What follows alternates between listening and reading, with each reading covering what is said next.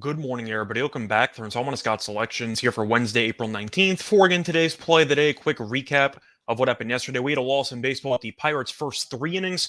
Team total over 1.5 and minus 145 on DraftKings. Unfortunately for us, the Pirates got off to a bit of a slow start. Urena was okay early on, but then the Pirates exploded offensively for 4 runs, but it was in the fourth inning. So if you ended up having the first three, you lost. If you ended up taking the first five, you won.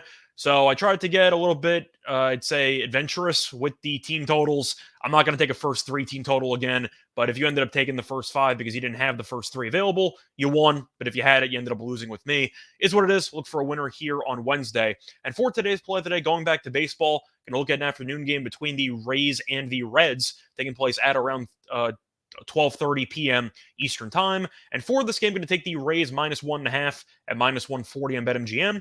Time recording of 3 a.m. Eastern Time. Covering is why I'm going to take the Rays on the run line in the spot. First reason, Tampa's been the best team in the league by a wide margin so far this season, as the Rays have won 15 of their first 18 games. The crazy part is that 14 of those 15 wins have been by multiple runs. So when the Rays win, they tend to dominate, and I think they should dominate here, especially since the Rays offense has been the story of the team's success. The Rays are averaging 6.76 runs per game, which ranks first in the league. Meanwhile, the Reds, we know, are not supposed to be a good team this season, and they have not looked like one in the early stages of the season, as they have lost 6 of their last 9 games. Plus, Tampa does have an advantage in the starting pitching department, as Rasmussen is on the mound for Tampa Bay. Now, he did get roughed up in his last outing, 4 1/3, 8 hits, 5 runs allowed. However, he was very good in his first 2 outings, where he went 13 innings, gave up 3 hits and 0 runs in those 2 starts combined. So I'm not going to overreact to one bad start from Rasmussen. I still think he's a solid pitcher, and I think he should be able to bounce back into this spot. And plus, to go through a pretty underrated fact about Rasmussen, he's been a very good day game pitcher in his career, especially recently.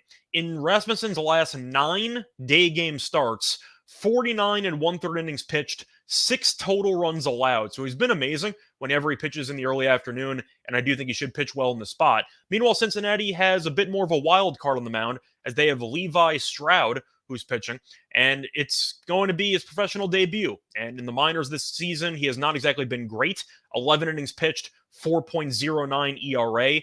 Also doesn't tend to go long in outings, so I am kind of wondering how long he's going to go, and I'll get to the Reds bullpen in a second. But Stroud did pitch in spring training, and he was not good at all. 4 2/3 innings pitched, 13.5 ERA. We know the Reds don't exactly have many good options when it comes to arms, and Stroud, I don't think is exactly a good option. Based on the minor league numbers, which are pretty mediocre, and the spring training numbers, I do think he's likely to struggle early on against the best offense in the league in terms of runs per game.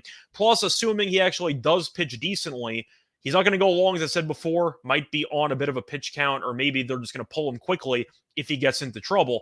And that's a problem because the Reds have the 21st ranked bullpen ERA in the league. So the Reds bullpen definitely not good. The Rays, though, rank 6th in bullpen ERA. They're a great bullpen every year. So the point is, even if this game is close, or maybe even if Cincinnati has a lead early on, if Stroud ends up pitching well when he gets pulled, there's no guarantee Cincinnati's bullpen is going to be able to control the damage and to potentially put up scoreless innings. So Tampa, at the end of the day, they're the road team. They get a guaranteed 9 at bats, and they're the much better overall team compared to Cincinnati. They're 15-3. They've been phenomenal at covering the run line. They have the much better starting pitcher, and I do think with the bullpen edge as well, Tampa should be able to get a lot more guys on base, and that should result in a lot more opportunities to generate big innings. So the play that I, once again, here for Wednesday, April 19th, is going to be on the Rays minus 1.5 at minus 140 on BetMGM. Bye, everyone.